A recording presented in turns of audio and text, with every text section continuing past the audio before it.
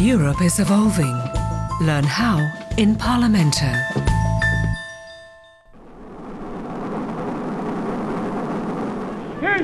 Here is a United Nations mission that is 100% European.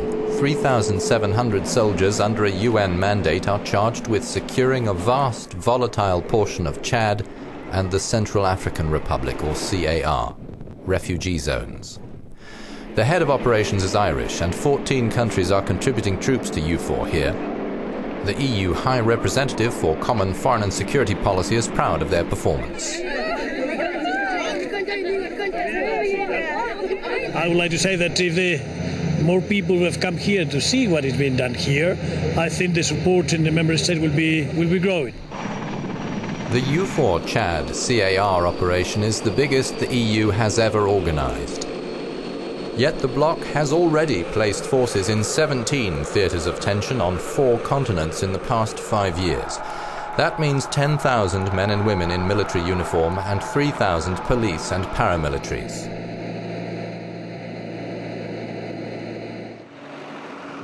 Europe's top diplomat considers that a respectable accomplishment. We have already deployed 18 missions, which is extraordinary if you think of where we started. I believe we have to continue in this direction and that all the countries of the EU are ready for it. With EUFOR, even neutral states, non-NATO members who would otherwise never have set foot in Afghanistan or Iraq have a role, such as Austria and Ireland. This shows a budding European defence identity at some levels. But public opinion does not seem to have latched onto this. We hear from the head of the European Parliament's Subcommittee on Defence. When I explain to my fellow citizens why it was so important to do something in the Balkans, it's obvious. We also have refugees that came from the Balkans. We've lived that in Germany. It's not the same thing where Africa is concerned. It's a problem that concerns the Mediterranean countries, whose voters are not well aware of this problem. The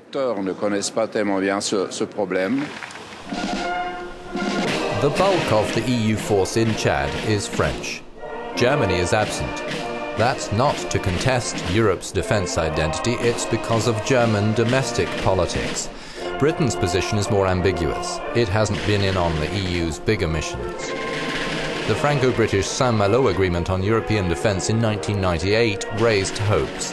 Key elements from this are now in the EU's Lisbon Reform Treaty, but war in Iraq chafed relations between Paris and London.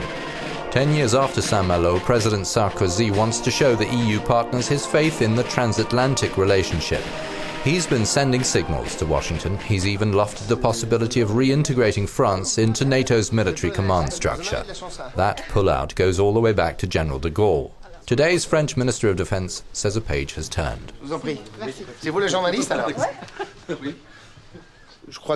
I believe that everyone thinks there's at least one thing that is evolving a lot. France has often been suspected of proposing a European security and defence policy versus the Atlantic Alliance.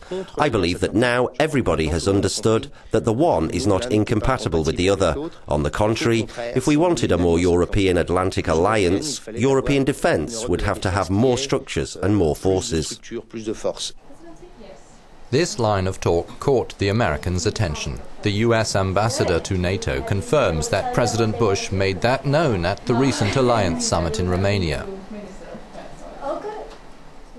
Well, it certainly makes everybody more comfortable when instead of saying you need a stronger EU instead of a stronger NATO, we are all saying you need a stronger EU and a stronger NATO and a stronger relationship between them.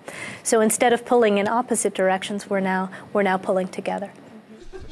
In spite of such encouragement from the US, London is still frowning.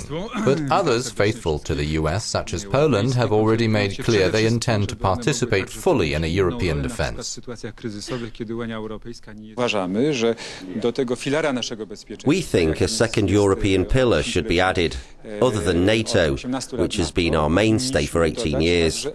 We think that being in an exclusive club like the EU, we should contribute to make the club strong and efficient, and guarantee members' security. Był silny, sprawny i dostarczał gwarancji bezpieczeństwa swoim krajom członkowskim. France takes up the EU presidency for 6 months starting on July the 1st. The ground seems to have been well prepared for it to pursue its defence ambitions. France wants to improve common European military capacity. It wants to press ahead with the EU's own rapid reaction force, which the leaders made a headline goal in 1999, to be equipped with autonomous headquarters, pooled material and satellite intelligence. Paris is also keen on an officer exchange programme. This is both to develop the European consciousness and a common military culture. That's where the idea of a military Erasmus comes from. As it exists for students, it could for common military training. The Lisbon Treaty promises the EU more credibility by endowing the bloc with a streamlined institutional decision mechanism, in that the Security Policy High Representative becomes more of a real Minister for Foreign Affairs. Defence expert Nicole Gnasotto considers this. The treaty's most important provision, as I see it, isn't strictly about the security and defence policy, but about foreign policy. It's really the revolution in coherence, this giving the future High Representative not only a full role in foreign policy, security and defence, but part of the European Commission's financial resources. This means that when the European Council now decides to embark on a crisis management operation, the High Representative will not only have at his disposal the military and police offered by the member states, but above all the funds that the former External Relations Commissioner had. This can now be totally synergised. An army marches on its wallet. Today, few countries in the EU dedicate more than 2% of their GDP to military spending.